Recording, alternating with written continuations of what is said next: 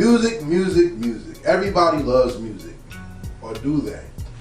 And the reason why I say that is because I hate the fact that when you ever put yourself out there to create, they put you in a box. What the fuck is the box? What do you think that is?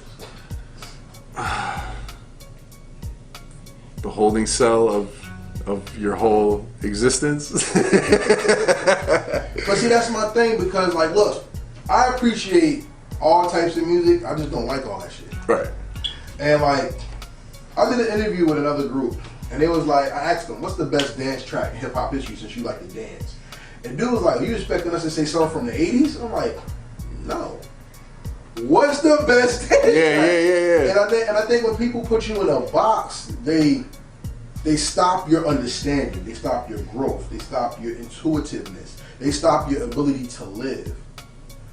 Like, good music is timeless. You could put on Michael Jackson right now, and it's people amazing. gonna lose Yeah. this shit. Let's go back a little deeper though. Times have changed, but if you put on Beethoven, Bach, Mozart to a music lover, it's the same feeling. It's like, oh, how did they make this from that and hit that rhythm pattern? I think a lot of people listen to music but don't love music. Can you tell the difference? Absolutely. How? You know, if you, I tend to base things off of what people listen to, like on the radio. So if you're a kind of person that every day, you know, you drive to work, you listen to the radio, you like anything current, just because it's on the radio, and you really don't know where to look for any type of new music. You don't really know who's out there. You don't really want to spend time looking up new artists and finding out music that you would actually like. So you just succumb to whatever gets thrown at you on the radio. And some people call it like a simpleton. You know, but you know, it's all about, you know, if you really love music. Like if you're digging deep into music, most likely you'll like my music. If you're a type of person that, you know, I just like whatever's on the radio, I don't really care about anything new, just whatever the radio plays is what I like, chances are you might not like my music because I'm not what's happening right now with everything on the radio. But you know, that's how I'd be able to tell you apart a little bit, to someone who likes music to someone who don't. You know what I mean? Yeah, I mean, like, here's a guilty pleasure of mine, right? When I was younger, my cousin would rap, I wanted to make beats. I wanted to be a DJ so bad. Yeah. Right? And what I would do was, I would study the music, and it actually did me well, because in my younger days, I ain't old, but in my younger days, and everybody, I'm gonna show my age now, Sam Goody was popping. Yeah. And I would go to Sam, I worked at Sam Goody. And people were like, what's that song? And the beat go boom, boom, boom. I'm like, yeah, that's right here. And like people were amazed. And people like come to me like, I don't know if you know this song, but it got a girl on it. And then I was like, yeah, that's Evanescence. Go get that. They was like, yeah. Evanescence? And I'm like, no, but I know the music. Right. And those are like my guilty pleasures, to go find sounds. Like one of my favorite singers of all time is Albertina Walker. That's gospel music. She has a song called Sail Away. And when you study music, you can hear the change in the music. When, like I said, James Brown compared to Michael Jackson, totally different. But you see how the genre was affected. When you listen to Albertina Walker, she's the beginning of Shirley Caesar and how gospel took off into that next era. Right. When you listen to classical music, you know, I can appreciate Beethoven, Bach, Mozart, Tchaikovsky, you know. Yeah.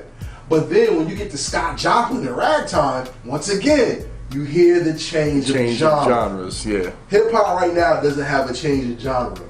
Hip hop is being divided into subgenres only. So back in the day, it was like backpack, mainstream, and now it's like 70 different genres. Yeah. And it like kills you. So if people don't like your music, it's because you're more of a purist. Right. How much of an advantage and disadvantage is it to be a purist in today's hip hop? Well, you're always gonna attract the person who's looking, you know what I mean, who's looking for new music that is quality and not the same old thing that's coming out. It also hurts you because I feel like a lot of this newer music just gets pushed to the forefront, you know what I mean? And it's not meant to last. It's gonna be 15 minutes and then some other person's gonna come in. But you know, and people tend to dump a lot of music behind this new music too. So bullshit. Yeah. So for some reason these people have money. I don't know how. I think it's terrible, but you know, whatever. Well, yeah, they're selling the best drug on the market. Yeah, which is the music. Yeah, So. yeah. You're absolutely right. Yeah, I feel, you know, the person that's gonna be into my music is someone who's really looking for it. Like you said, a purist. And you're just looking for something different. You know what I mean? You're more of an eclectic ear, eclectic taste, and you know, you're just looking for quality music, not some bullshit. not just some bullshit. I'm trying to be nice. Nah, I'm not being nice. There's a lot of bullshit out there, man. I can't stand it. And I'm not talking about people who rhyme. Right. Yeah. I'm talking about the sound quality. Yeah. You can talk about the megahertz, the frequencies, the lack of bass, it's trash. Yeah. And you know what made me happy when, besides Ninth Wonder and Crisis and the Soul Council, you know, the one thing that made me happy was when people start sampling the 90s, just like they sampled the 60s, the 70s, the 80s, it was like, yes. And not because that's my era or nothing. It's because it just was something new out instead of the same monotonous shit. Yeah. You know? I gotta ask you this though. Because like I said, your clique is so extensive. We talked about Age of Extinction, we talked about Actual J. Foley. You work with the New Jericans. You work with Nocturnal? I mean, who else is there? Let me see. Lifelong. Okay. Respect the God. Who else? William Cooper. Stoneface. Who else? My man Ballhead Jackson from Jersey City. My man Big Joker, down with you know, the Low Lives and the Low Crew and everything like that. Who else? I'm probably forgetting so many people. Part itself. But that's the thing, once again, that makes hip hop alive and mentally confusing. Is that because you have that many personalities that you've meshed with, you've created so many different sounds. Right. Like the song, what was it, Blame the New Guy. Blame the New Guy's funny as hell. It's a great project. This song, the two old men with sidetrack acting. That is one of the funniest, greatest songs I ever heard. And the thing about that, when I listen to Blame the New Guy, but then I listen to Earl Smashington, I can't even explain the different feelings I get from it. Yeah, it's all over. The audio, I'm like, what the hell is this? But then you sent me a song that, you know what? Pardon the language. This song fucked me up. And it was the Bully. Oh, the Bully Boy, Bully Mouth, yeah. I love that song. Yeah, thank you. And everybody who's a member of heritagehiphop.com, you got that on your playlist, you're welcome. Yes, sir. Yeah, Word. I love that song. And the thing that made that song stand out to me was it gave me the feeling that the other projects I had got from you as well did. It was exciting, unique newness. The way you use the horns. Yeah. That's a lot of people tell me that's classic. That's one of their favorite productions. Classic, you know what I mean? Bully Mouth at the time. Salute, SP, Exile. Yeah, I was the new kid on the block, man, and they were just like, yo, let's come to the studio, let's see what you got. And that was like the first beat I played, and they were just like, yo, turn the mic on. That's a classic And that was song. it, you know what I mean? I remember Mr. Len was like, yo, this shit is crazy. Listen, he'll tell you, there's not too many people I just be like, I'm gonna put in my car. Yeah. I'll put that on the playlist to represent our movement. Right. That song. Salute, man. I appreciate you guys. I'm glad you guys like that song, man. It was. There's a lot more. Yeah. But I wanna take, like I said, go back to the mental part of hip hop and talk about that. There's different reasons why different songs hit me. let me juxtapose myself into your questions. What is your favorite instrument, and why do you put that in your beats? My favorite instrument would have to be the drums. Okay. You know, drums hit. You know what I mean? Harp pound. You know what I mean? Stomp. So many different types of drum patterns. You know what I mean? A march. But yeah, the drums, man. Drums are what makes it hit. The drum is the heart of all music. Yes. Because without a drum, you have nothing to follow. Nah. I'm mellow though, so the piano is my favorite instrument. So when I heard like Milkbone back in the day with that piano, or you hear Shimmy Shimmy Yard, piano drives me nuts. So the drums. When you pick a drum beat, whether it comes from inside or something that you hear that you duplicate, replicate, or sample, and the snares and hi-hats come in, what brings the drum alive even more? I think once you have your kick and snare and they're placed in and they're hitting right, I think the cymbals bring the beat to life. Because to me, that's like the breathing. Okay. You know what I mean? That's like the life. That's the movement, the shaking of it. You know what I mean? Like that rattle. Okay. But yeah, I just feel like cymbals bring like that breathing element to production. Okay. The most slept on instrument in hip hop to me is the violin. And not too many people use violins enough. Kanye used it on what was it, 2 Words? The girl played the violin. Yeah.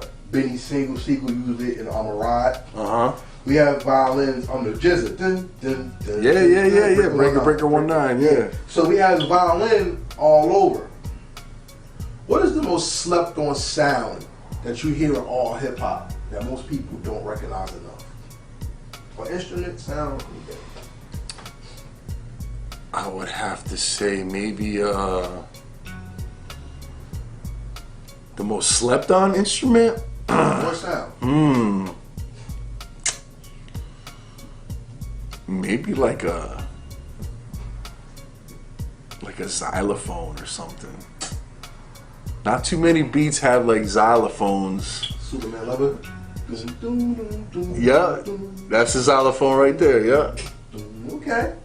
You know, not too many beats with them. You know what I mean? The xylophone. In my opinion, the most slept on instrument in hip hop is the microphone. And the reason why I say that's because people talk a lot of bullshit and don't know how to use the mic. Word. Adrian Young, you're familiar? Oh yeah. Adrian Young uses different types of mics to get different sounds. From the person on the track. Snoop once said working with Adrian Young gave him a new appreciation for his music, and that's why he changed his sound. Yeah. He said he had the mic that what's the guy? Rat Pack. Was it Bing Crosby? Yeah. I don't know. Yeah. When he had to hold the mic under and grip it. Yeah. He rhymed a song with that mic, and on another song he had the hanging mic, and on another song he had the boom mic, and he was like, the way his voice sounded on each beat was so different that though he had a smooth voice, certain mics brought out bass and certain mics brought out clarity between phlegm and inflection. Yep. So he was like, that made me a better artist because now I look for how my voice is placed rather than just rapping. Word. How do you direct an artist to sound perfect on your beat rather than just rapping on your beat? We'll do a lot of takes. Try not to erase too much stuff, just so we can go back and reference. But I'm always looking for the most seasoned take. You know, sometimes the first take is the best because that person's so hyped about being in there, you know what I mean? And they've rehearsed it. I feel like that intensity is sometimes lost when you start doing takes. But then again, you know, after a grueling million takes, you know what I mean? They're finally starting to get it, and it's getting better, and then it comes out good. So it's just working through and that person's work ethic, the MC's work ethic when they're coming in there, because you know we might have like a premeditated beat, and you know I email it to them to work on, and then they'll come in there and they'll, you know, like Fat Boy does that a lot. he'll he'll write it and he'll come in and he'll have it all memorized, ready to go. You know what I mean? And be done like that. I respect that. Get songs done like that. That's hard. To where, you know, another artist I'll be working with, sometimes, you know, they wrote it but they don't really know how it's gonna sound. Like, you know, we're gonna test the waters a little bit of how I'm gonna spit this, you know. So it just depends on the artist and how they like to work and how quickly they can turn it around. So once again, preparation and sound are the keys to being successful. Tight, yeah. And I don't know, man. I don't know. Too many people nowadays want to be Jay-Z because they don't want to write no more. Yeah. And writing is the thing that's going to make your art live forever. Oh yeah. Because when you see the mind of a person on pen and paper, forget the music. When you see the mind of a person, that's when you appreciate the music more. And it's a marriage of sound. Mm-hmm. I heard an MC say it's very disrespectful to say that I don't listen to music, I listen to lyrics, only listen to the beat. How do you feel about that? See, I've heard people say they just listen to the beat, they don't really care about the lyrics. I think if that was really true, jazz would be the number one music in the world. Right? I mean, I know people that just like instrumentals, you know what I mean? Just cruise around listening to instrumentals, that's cool. Yeah, I do it too, you know what I mean? But, you know, there's nothing like the marriage between lyrics and a beat or whatever to make it a song, you know? And yeah, when you get that down and the song is dope and everything's making sense, I'd much rather listen to a song, you know, when it has content.